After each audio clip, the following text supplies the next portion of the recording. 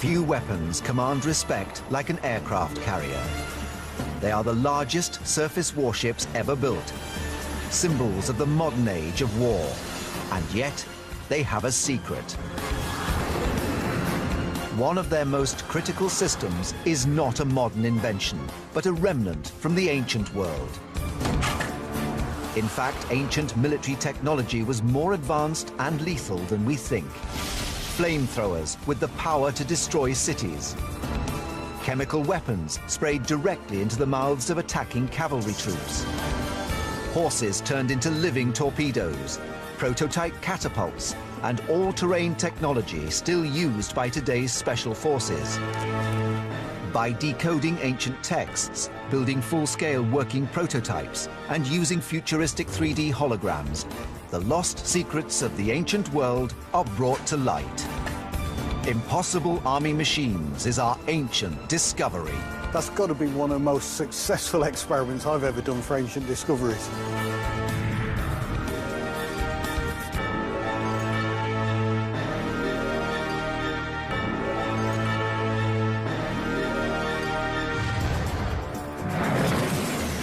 The multiple rocket launcher can fire 10 rounds per second. It belongs firmly on the modern battlefield. But researchers have discovered a mysterious reference to a missile launcher from the ancient world with a rate of fire that's almost as high, and it's nearly 2,000 years old. Lost and forgotten within ancient Chinese texts is an obscure reference to a multiple launch catapult with a rate of fire of more than 8 rounds per second. Could the ancient Chinese have invented a weapon that challenges the modern rocket launcher? In 200 AD, China was a nation at war with itself. Governors went to great lengths to protect their subjects from attack.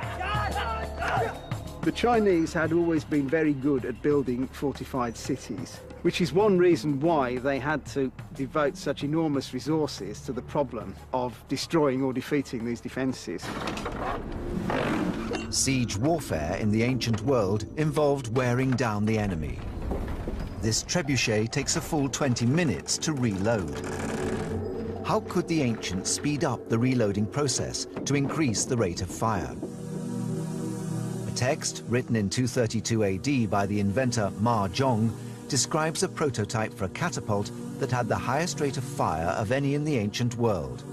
According to the historical accounts, you have a very large wooden flywheel, and once you set it in motion, the centrifugal force throws out the missiles on the end of a piece of rope. As each missile reaches the top of the wheel, a knife blade cuts through the rope, leaving the missile free to fly forward. But could the prototype have actually worked? With no knowledge of how or where the weapon was used, if at all, ancient technology specialist Richard Windley is building what he hopes will be a working scale model. This is another of these pieces, really, which we've only got vaguest of textual references to.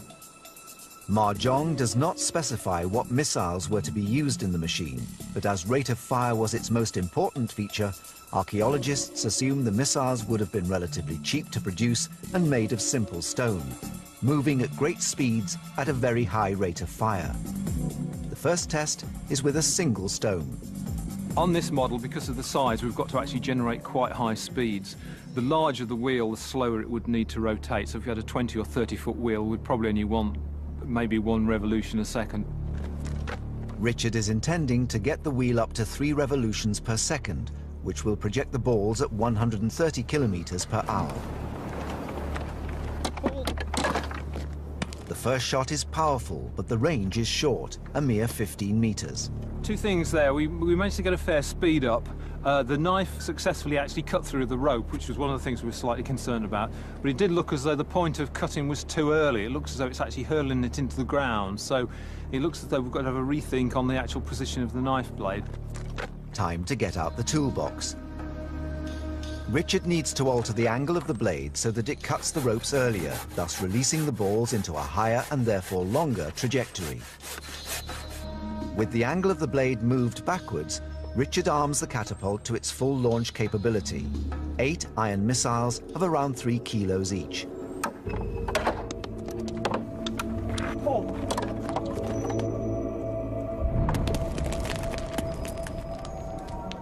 We got a lot more range that time, and it seems to be kind of throwing it up in the air slightly more. 8 balls travelling at 130 kilometres an hour deliver 16 kilojoules of energy. In terms of the mechanics, it seems like a sound idea. If we scale this thing up to the sort of size that Majun was reputed to have used, you know, we're in with a viable possibility of a weapon, I think. The demonstration has shown that the catapult could have been effective if it had been used. The Chinese were very meticulous about keeping records of these sort of inventions, and there are numerous military manuals published from the 11th century onwards, which illustrate an enormous variety of catapults. So the fact that this one does not appear in these later manuals strongly suggests that it was never used. The main problem seems to be that the framework and the base was so heavy that it would be impossible, once it was set up, to alter the aim of it. Each time you chose a different target, the whole device would have to be moved and reset up, which would be a fairly mammoth task.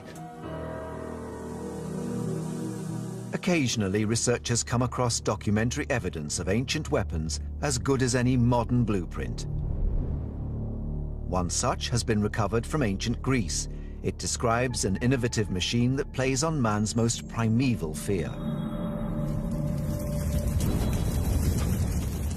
Fire is one of the primary weapon systems used even in the 21st century. You set a man on fire and he's out of the firing line.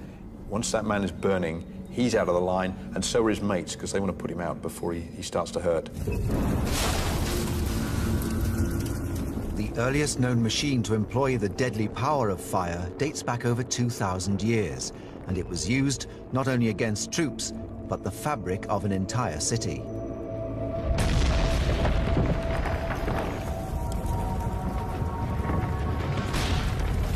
In 424 BC, a tribe known as the Boeotians put this power to great effect. They were laying siege to the town of Delium in central Greece to win it back from the Athenians. The defenders had thrown together a lot of wood and roots and all kinds of material to bind up an earthen defense. To the Boeotians, all that wood stacked up within the walls suggested an obvious weapon of attack. They come up with flamethrower, quite a big flamethrower. How could such a weapons system have been possible, and was it enough to defeat the Athenians? Clues were recorded by the ancient writer Thucydides. Thucydides is an Athenian general and statesman who gets sacked about halfway through the Peloponnesian War. And like most generals who get sacked halfway through a war, he wants to prove that they shouldn't have sacked him. So he sits down to do something unusual. He writes a book. And his book is the first serious political examination of the phenomenon of war, not as something to write legends about, but something that happens to real people. It really is a rich and powerful text that we still read to this day. They sawed in two and hollowed out a great beam, which they then joined together again very exactly, like a flute, and suspended a vessel by chains at the end of the beam. The iron mouth of a bellows, directed downwards into the vessel, was attached to the beam, of which a great part was itself overlaid with iron. This machine was brought up from a distance on carts to various points of the rampart, and when it was near the wall, they applied a large bellows to their own end of the beam and blew through it. The blast passed into the vessel, which contained burning coals, sulfur and pitch. These made a huge flame and set the rampart ablaze. Because of the detailed description left by Thucydides, Richard is able to build one of the most accurate reconstructions he has ever made. It's a very, very simple device. Large bellows, big long tube, fire pot on the end. The bellows will blow it a bit like a blacksmith's fire. We could raise the temperature probably 2- or 3-fold with a good direction of air into the pot. At first, the flamethrower does not appear to be very effective. But as the oxygen from the nozzle passes over the combustibles, things start to heat up.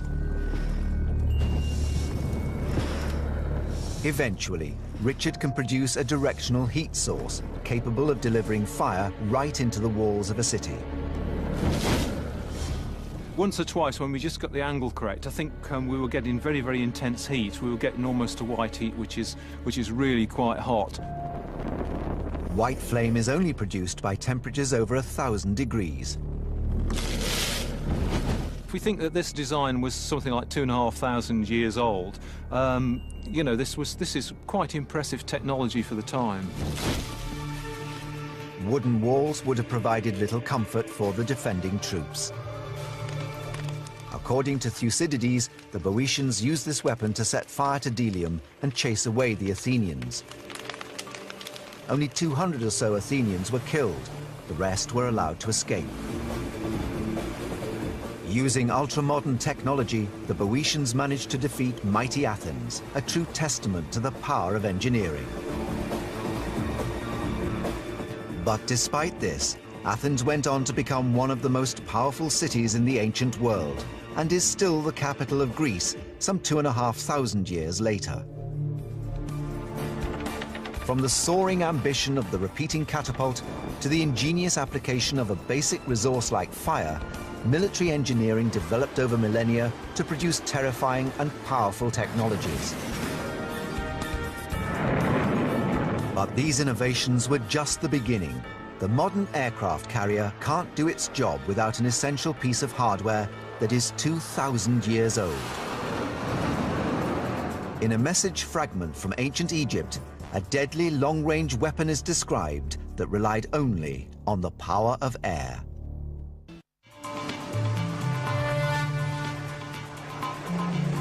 For every operation, the modern aircraft carrier relies on a technology that was developed in ancient Egypt over 2,000 years ago.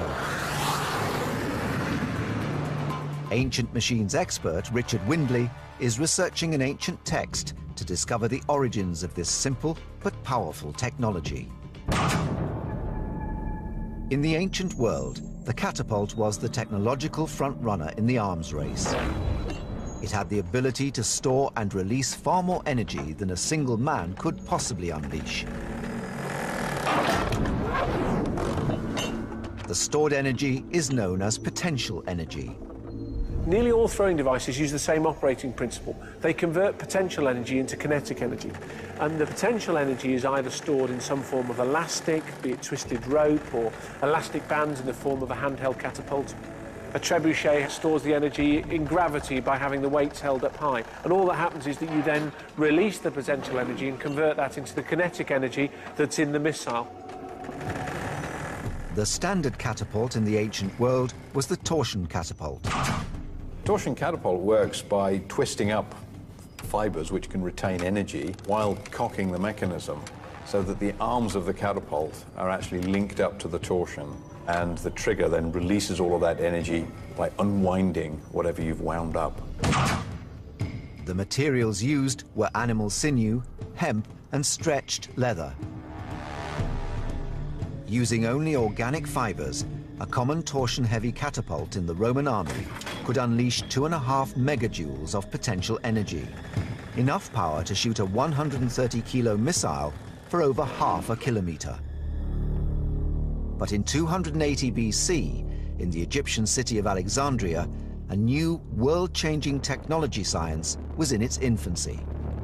Once you go to using iron, it's a non-perishable material. You get a more reliable performance. You're not dealing with perishable sinews, hemp fibers. These are things that are going to deteriorate quite quickly in use. The ability to work metal to precision allowed the creation of airtight seals in pneumatic systems. We all now take in the modern world pneumatics for granted. All the buses and trucks that people travel in, they all have pneumatic brakes. Message fragments from ancient Egypt hint at the ambition to harness this power for war. The idea that somebody then harnessed pneumatics to make a missile firing device really stand out as a bit of sort of advanced thinking at the time. Scientists today can use these ancient references to construct a model of the machine 2,000 years later. The design shows one of the first pistons in history. The piston used by Ctesibius is the first example of a piston. And if we can see one here, it's basically a cylinder with a loose end. And as we move the end in and out, you can see that it compresses the gas inside. When we compress the gas, the molecules of air are being forced close together the pressure is increased and they're desperate to get away from each other. This creates a force acting on the piston, trying to return it to its original position. If we release the piston, you can see that it pops straight back out. But will an early piston have enough power to launch a missile? Richard Windley has created a replica of the machine, first seen in the deserts of Egypt thousands of years ago. The arm from the piston comes out here, so that's the kind of thrust rod or connecting rod for the piston, and there's a large cam here which is connected to the actual arm of the catapult, which is pivoted a bit further back. As we pull the arms of the catapult, you can just see the cams operating and pushing in the pistons. This is compressing the air, and it's giving us effectively a kind of air spring. This is achieved using only the power of what is all around us, air. The catapult would have shot 35-centimetre bolts with a wooden shaft and an iron tip.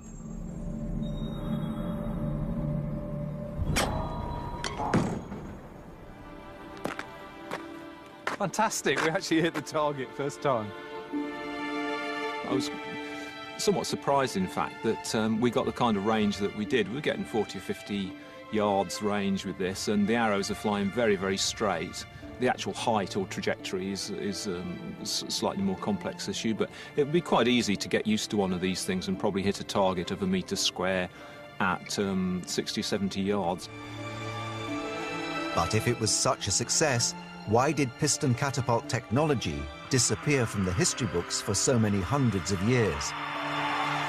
Quite why they didn't use it, I think, is probably due to the fact that they had problems getting an air seal, and that is absolutely crucial. And that kind of unreliability in the field would make soldiers be very, very wary of it as a weapon. Had they perfected the air seal, the piston catapult would have become the elite catapult of the ancient world, capable of launching projectiles weighing several tons. This is what its successor, the modern piston catapult, does today. On an aircraft carrier, to launch a fighter plane, they use a steam cannon that actually fires the plane off the end of the aircraft carrier, and that really is sort of taking the idea into its final and most modern form.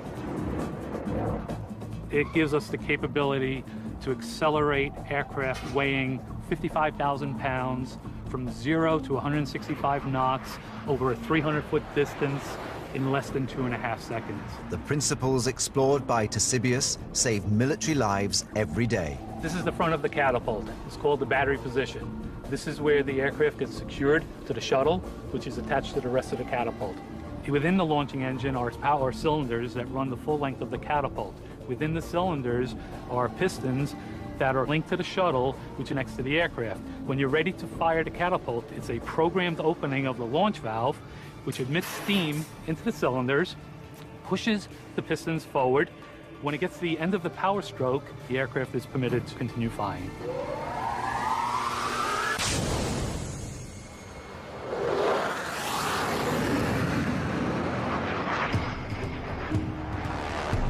The idea of the piston was too good to abandon, but some ancient technologies were so bizarre, they seem utterly impractical. Ancient notebooks reveal a strange sketch of a horse. The horse has long been seen as a powerful weapon. For centuries, nothing evoked as much fear in a soldier as an enemy cavalry charge. Then someone had the idea of attaching 2 6-meter spears. Did it turn the horse into a living torpedo or lead to a battlefield disaster? To find out, researchers must look for the inventor's original surviving blueprints. The Biblioteca Comunale Library in Siena contains hundreds of pages of plans and notes by medieval military engineers. One of these was Tacola. Tacola is clearly very inventive, did these 2 big manuscripts, really showing what he could do. You can open it up and you can say, ah, that's a picture of a machine in the landscape doing what it does. Mariano Tacola was born in 1382, a time of constant war in Renaissance Italy. Many of Tacola's drawings were genuine inventions designed to be used, such as the breathing apparatus and the keel breaker. However, some of them were simply made to showcase Tacola's imagination. Some of them are like concept cars at motor shows, you know, they're sort of saying, well, you know, it's advertising what you can do. The question facing us now is whether this drawing of a horse torpedo was a genuine blueprint for a weapon or simply another drawing in Tackler's portfolio. When we find information about potential weapon systems and we have no idea whether they were used or not, we have to use our creative intelligence. We have to think, is this practical? Is this sensible? Is the person telling the story credible as a witness? There's only one way to solve the mystery. If all else fails, there's nothing wrong with building one and testing it. The starting point of the weapon is the horse. You've got 400 kilograms of horse, plus rider, plus armour. That's half a ton of weight. Travelling at 35 miles an hour. You get hit by that, you don't get up again. The horse has been terrifying foot soldiers for as long as mankind has been in the saddle. When the ground shakes and there's that pounding of hooves, it's absolutely terrifying. But will the addition of 2 6-metre-long spears onto this power driver bring strategic benefit? We've come here to one of the last schools in Europe where they still train battle horses to try Tackler's equine torpedo. Here, horses are trained for stunts in action movies. Henry has been in over 1,000 action stunts. He's used to strange equipment and unusual behaviour. But even he is nervous. Well, we've got the device on exactly how it's shown in the manuscript, but we're already running into problems. This is the most docile and peaceful warhorse you'll ever find, but he's already uncomfortable with having these bars so close to his nose. If he moves his head, he's striking these trails. And down here, it's digging into the ground. Now that's great on one hand because it's stopping the horse backing up. We only want this to go forwards. We don't want him to ride back into our own army. But it's putting a barrier in front of his nose. To make this horse go towards the enemy, it's going to take something like a burning brand here. Not something we're going to do. Horses rely on sight to guide them across the battlefield. Tackler's weapon places a bar right across the horse's field of vision. A horse that can't see simply stops charging. It's deeply problematic. The whole thing will grind to a halt. The only potential for this device to work is if you're willing to sacrifice a horse. Now, in a time with no antibiotics, any horse injured in battle is going to die from infection. So they've got a supply of horses that they might be willing to throw away. Doing that, strapping this on, and then lighting a fire at the horse's backside, maybe you've got a weapon. It seems the horse is an effective weapon with no need of accessorizing. In the ancient world, nothing was more terrifying than a cavalry charge. It struck fear into the heart of every army. And as time wore on, inventors were forced to seek newer, more advanced means of stopping attacking cavalry. Julius Africanus, a military strategist and historian born in Jerusalem, wrote a treatise advising the Roman emperor on tactics to adopt for his Persian War in 232 AD. He described a macabre device designed to drive horses mad by spraying a deadly poison into their faces. They'd be blinded, their noses would be stinging, their skin would be burning, and the riders would lose all control of the horses and thus lose their military efficiency. Africanus writes of a poison that is superior to all other methods of attack, more effective than even arrows. He does not specify the drug used, but past historians have suggested that the most likely source of the poison is the plant known as the euphorbia. However, no practical investigations have ever been carried out to determine whether this is true. Until now. Kew Gardens is world-renowned for plant toxicology. Here, Professor Monique Simmons believes the active toxic ingredients are in the sap of the plant, in this species known as the latex. If this latex gets into your eyes, it is incredibly painful. Latex is the milky sap found in many plants, such as dandelions. Not all forms of latex are poisonous. However, that found in the euphorbia species usually is. To test the toxins in the euphorbia plant, Monique must prepare a sample of the ingredients. The resulting compound can be tested in a machine known as a mass spectrometer. This machine helps separate them and gives us kind of a profile of the compounds that are present. Monique is searching for highly toxic substances known as esters. An ester is a complex organic compound found in a variety of toxins, such as those found in shellfish. We can see some here, and it looks like that these actually could be some of the esters that are associated with the toxicity. So if it was fired into the face of a horse, that would have been a really nasty irritant. The evidence suggests euphorbia is the culprit.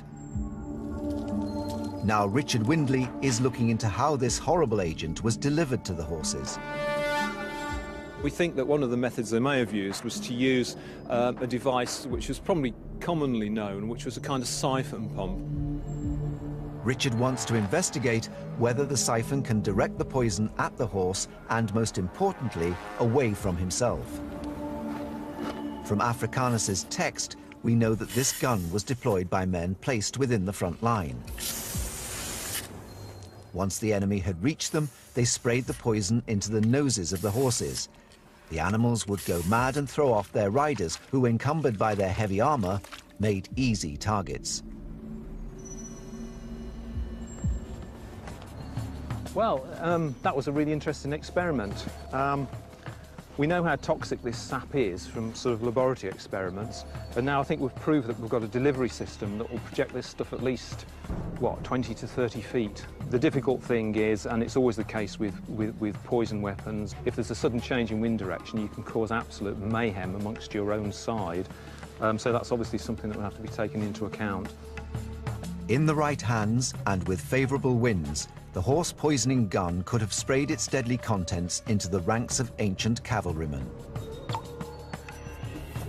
But our ancient forebears' understanding of chemistry could produce even more stunning results. Over 2,000 years ago, the Carthaginian general Hannibal led an army of men, horses and elephants across the highest mountain range in the known world, sometimes by going over them, and sometimes, where the cliffs were impassable, by using a secret formula to go through them. That's got to be one of the most successful experiments I've ever done for ancient discoveries.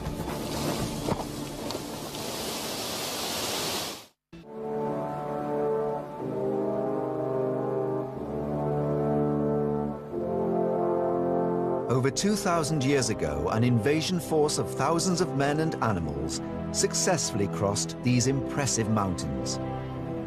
In the ancient world, and right the way through into the modern world, the best ways of defining your country's boundary are by fixed, identifiable geographical boundaries. Nations rely on these natural boundaries, safe in the knowledge that no sane general would or even could lead a major attacking force over their impossible peaks. A mountain range is difficult to get through. The altitude is high, it's cold, it's difficult, it's dangerous. It really does impose a huge strategic barrier to the movement of large armies. In 218 BC, Hannibal led a major invasion force of 80,000 men, 10,000 horses, and 38 war elephants across the Alps. His target was Rome. There are any number of easier ways of invading Italy than going over the Alps. It's the least likely option. In 218 BC, there were only two military superpowers in the known ancient world. To the north, the mighty Roman Empire. To the south, the great empire of the Carthaginians ranged across North Africa. War had been raging for decades as they vied for control of the valuable trade routes through the Mediterranean. In a bid to destroy Rome once and for all, Hannibal devised a bold plan. Bringing his invasion force over the highest mountains in the known world. I'm used to mountains, but these are just awesome. John Naylor is an expert in ancient military tactics and equipment, as well as an experienced ex-forces climber. He's only been on the mountain a few minutes, and he's already discovering the magnitude of Hannibal's achievement. Even with modern equipment and modern clothing, the Alps can be a deadly place. You've got precipices you can step off and fall thousands of feet to your death. Rocks that block your way from landslides. This is a daunting, terrifying place, not where I'd like to bring an army. Therein lies the mystery. How did Hannibal's army cross the snowy peaks? We're not really sure what sort of equipment the Carthaginians would have had, but we've got lots of Roman references to the sort of equipment that was available at the time. Researchers have to use their imagination. It's unlikely that the Romans had something which the Carthaginians didn't know about, or vice versa. And so we can assume that within the parameters of that kind of relationship, the equipment will be essentially similar. The investigation must continue more than 1,000 kilometers to the south, in Rome. Home of the Colosseum, the Vatican, and literally thousands of ancient buildings and monuments. On one of these monuments, the Arch of Constantine, researchers have discovered a tiny fragment of evidence. It shows a piece of equipment strapped to the feet of a soldier. The device looks exactly like a modern crampon. The crampon is a spiked device that attaches to the bottom of a boot, allowing modern climbers to gain purchase on snow, ice, and rocks. This evidence suggests that the ancients may have had them too. Boots. These are the Roman caligae, the marching boots. They've got hobnails in to protect them on the stones, on the rocks, stop them wearing out too quickly. Crampons. They're based on some from the Arch of Constantine. They're described in Roman accounts as spy boots. John is hoping to discover how effective this ancient device is. With this sort of gear, maybe Hannibal's troops could have conquered this mountain. So we've got to come here and test it. Pierre, an experienced alpine climber, ensures John's safety rope is secure before he attempts the tricky climb up the icy cliff. Will the Roman spy shoes give John enough grip to get to the top? Grazie. That was surprisingly easy. When I first got the references to these spy shoes, I was very skeptical, but they really do work. Especially on that difficult transition of snow to rock. They were able to give me that extra little bit of traction, which in just leather boots, I wouldn't have stood a chance. I wouldn't have liked to have tried it without the safety rope and Pierre, but the Carthaginians could have done it. John has climbed the Alps using 2,000-year-old technology. The prototypes of the equipment special forces still use today. Hannibal did manage to get over these Alps, and we've shown that with the most rudimentary equipment, it's possible. With determination and grit, his men were real men, real soldiers. But then he faced the ultimate barrier. There were some passes that were simply unclimbable. The ancient texts record that as Hannibal descended the Roman side of the Alps, he was confronted with a massive precipice which he couldn't pass. The invasion was on the brink of disaster, but then his engineers proposed a remarkable solution. They would destroy the very rock of the mountain using a violent chemical formula.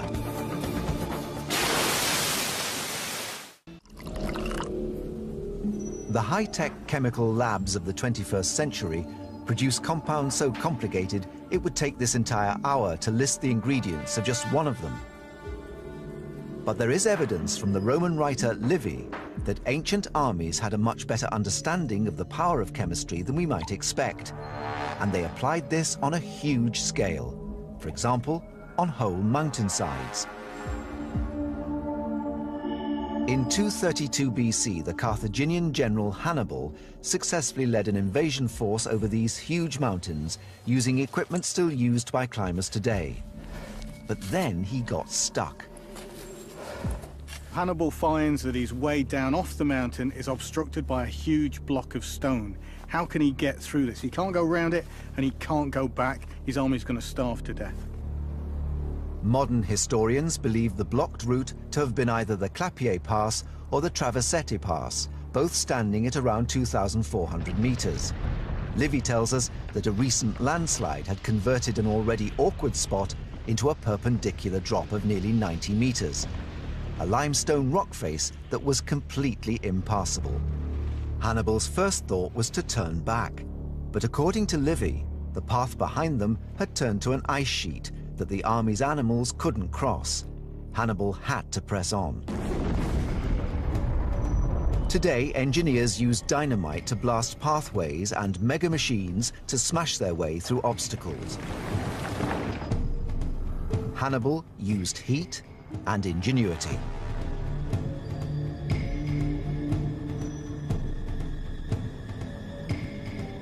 Now, rock's hard.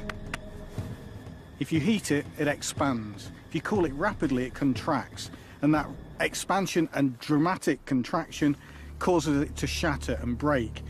In this state, I can't do anything with it. But if I heat it and cool it rapidly, it becomes what we call friable. It's softer, crumbly, easier to break through. Now, the way to test it is we're going to heat up a small sample first using a blowtorch and then rapidly cool it using water. After 15 minutes, the limestone is red hot. I've got a high temperature thermometer here, digital thermometer, to see just what temperature the rock's up to. At 479 degrees, the addition of cold water will drop the rock temperature by 3,000% in just seconds. It's fizzing and boiling. Oh, amazing. That water's dried off in front of my eyes. Now let's see what effect it's had on the structure of the rock. To the naked eye, it doesn't look any different to before we started. But what's it really like? Let's see. Oh, amazing. It's soft, it's like chalk. I guess this is what they mean when they say the rock becomes friable. But Livy is very specific. He clearly states that Hannibal called for vinegar, not water. Vinegar, salad dressing, doesn't sound very dangerous, does it? You get the impression, though, that Livy is as reliable as he can be, so I suspect there's more than a grain of truth in it. Perhaps the ancients understood the secrets of chemical reactions better than modern scientists give them credit for. There's a possible reason why you used vinegar instead of water. Limestone's alkali, vinegar's acid. That means it's chemistry as well as physics. 3D analyst James Dean has been researching Livy's claim at a molecular level. If we zoom in, we can see that the key components in the reaction here are an acid and a base. In this example, the base is the rock, which is limestone, calcium carbonate, and the acid is the vinegar or acetic acid. This falls into a common class of reaction known as an acid-base reaction.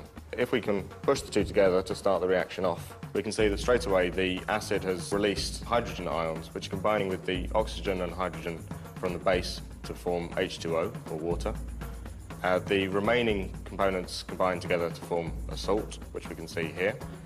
The whole reaction is exothermic, and it's giving up a lot of heat. So we can see that if we look back at the wider scale, the heat is heating the water and it's producing steam, which we can see coming off it. There's other gases produced if you've got carbon involved, which will give us carbon dioxide. That will give us the effervescence and bubbling. And overall, the entire structure of the rock has been destroyed. The salt and water now permeate it, and if we touch it, it's completely friable. For Hannibal, this was no chemistry experiment. It was a matter of life and death. Hannibal was facing the ultimate impasse. Just like now, night's falling, the temperature's dropping, his army is about to freeze to death and die with no way down to those fertile plains below. He's got to get away through the rock. We're going to attempt it now.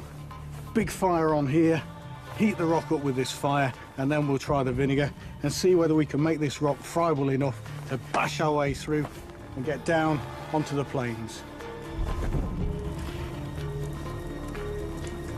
I've got the fire started. Now I need bigger sticks, logs, get this into a big raging inferno. Not only was this a huge 90-meter expanse of rock, but a very dangerous precipice as well.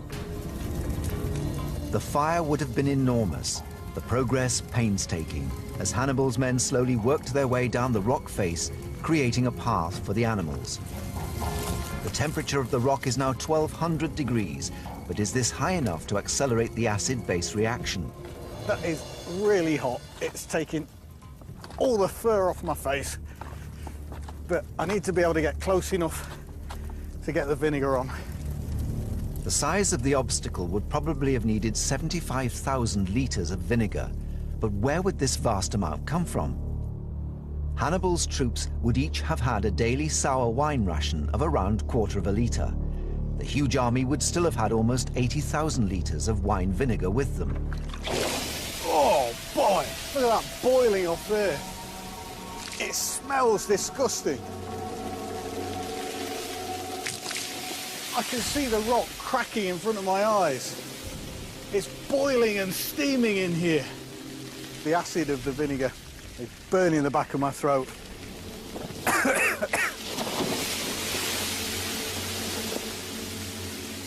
I'm learning every moment that I'm doing this. It's as if this rock has become an organic living thing that's complaining about the treatment we've given it.